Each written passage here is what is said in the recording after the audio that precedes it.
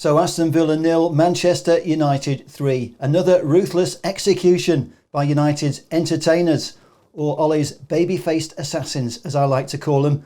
That's 4 games in a row that we've won by 3 goals, and that's a Premier League record. The first team ever in the history of the Premier League to win 4 games in a row by 3 goals or more. And that's now 17 matches unbeaten.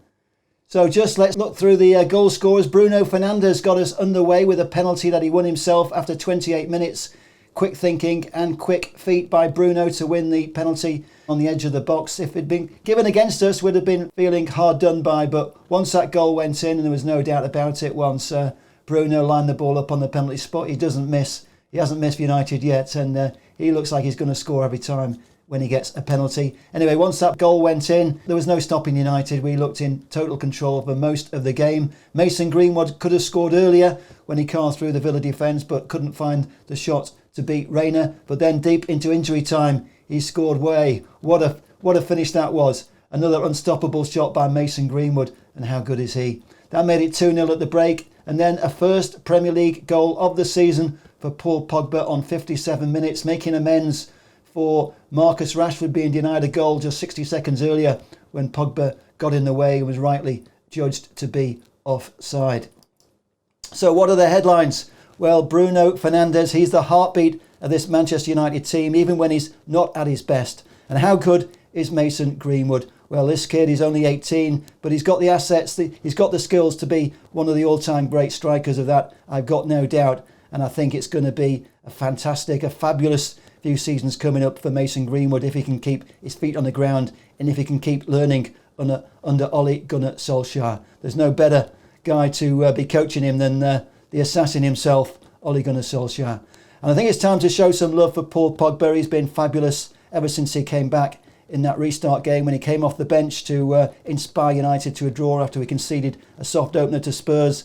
Ever since we equalised, we've looked unstoppable. We've gone on to win the next 4 matches in a row, as well as qualifying for the semi-finals of the FA Cup. And we look like scoring every time we get the ball, and we look like winning every time we play. So what's coming up?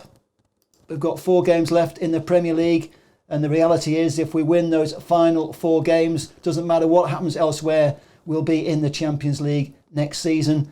Our final match is going to be away at Leicester City, and it looks like it could be a straight shootout between us and the Foxes, although I think there's a chance that we could finish top 3 and we could be there before the final day of the season. But if it gets to that final day of the season, as long as we don't slip up in those next 3 games, at home to Southampton, away at Palace, and then at home to West Ham, we'll be playing for the Champions League in that final game. Hopefully we'll guarantee it with a win, and I think the way we're going, we can win all 4 games. That will make it 8 wins out of 8 to finish off the season. How about that? That would be fantastic. It's been a fantastic recovery by United after a little bit of a dip in the middle of the season, but the reality is Ollie's only been in charge for 18 months, and think back to what it was like under Jose Mourinho. The players were deflated, the team was deflated, the fans were deflated, and we were going nowhere. Ollie turned it round. He made a fantastic flying start with a record-breaking start and 11 matches unbeaten when he first took over. People got a little bit too carried away too quickly, but he's done it his way. And remember what it was like in the summer when he got a lot of stick for letting Romelu Lukaku go and sending out Alexis Sanchez on loan. And people said, well, why haven't you signed another striker? Well, he said all along that Mason Greenwood was potentially one of the great strikers. He said he had all the assets to be a top striker, and he's showing exactly what his manager was talking about at the start of the season, and he's really ahead of schedule. But looking at him, it's not just the way he plays. He can kick with both feet, he can score with both feet, and he's unstoppable with both feet. He's got that. He seems to have that calm, unruffled personality where he looks so cool in front of goal. He looks so cool all over the pitch, and he's full of creation and he's full of great finishes. I'm really pleased with Paul Pogba. I know a lot of people were uncertain about Pogba after all the speculation about is he going, is he leaving, does he want to play for United? Well, I think this player at the moment has fallen back in love with Manchester United, and who wouldn't do when you're playing in a team like this? I think Paul Pogba is here to stay, and he's got the platform now to become a truly great player on the world stage. I mean, we've got so many players in this team, if they do step up, they could be Footballers of the Year, they could be European Footballers of the Year, they could be top footballers. And we've got so many stars in this team. It is so exciting. I know we're not quite there yet. We're not quite at the level of Man City and Liverpool. But the truth is that all these players are going to improve. We've got, I think, the youngest squad in the Premier League. We've got so many young players. And we're sticking to our traditions of giving young kids a chance. We've done it ever since the 50s when Busby and Jimmy Murphy promoted youth, and we won the Youth Cup 5 years in a row. And we're reaping dividends now. I mean, what better 18-year-old player is there in the world today than Mason Greenwood? And we've got so many other young stars in the team as well. Marcus Rashford, of course, he's been blazing a trail, and he already looks like one of the mature players, but he's only 22. And what about Brandon Williams? He's a great fullback with a great future. I know Ollie thinks very highly of him. We've got stars all over the pitch. We've got some experience now too, and Bruno Fernandes and Paul Pogba.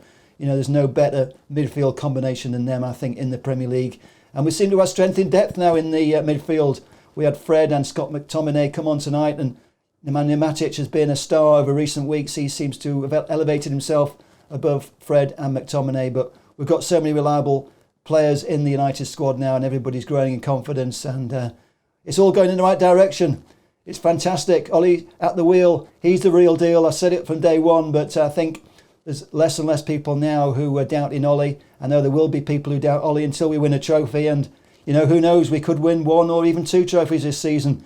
We've certainly got a great chance in the FA Cup. We're up against Chelsea in the semi-finals. That's going to be a tough one, and I think we're going to have a tough week there, where I think we play that Chelsea game just 3 days or so before the West Ham game. So, you know, we can't ease off. We've got to keep winning, but that's Manchester United. We have to win every game, and I know Ollie plays to win every game, and he believes we can win every game. And I think now the fans believe we can win every game, and surely the players think they can win every game. I was really delighted to see Anthony Martial's disappointment when he was taken off. He didn't score today, but he knew there was goals still left on the table and he wanted to score. He was so disappointed not to get on the score sheet, and that really is a positive sign. I mean, remember what it was like under Jose Mourinho. Anthony Martial was a player despondent, lacking in confidence, but now he looks like he could be one of the great strikers in the world today. And, you know, 50 million down the drain? No way. It looks like a bargain now.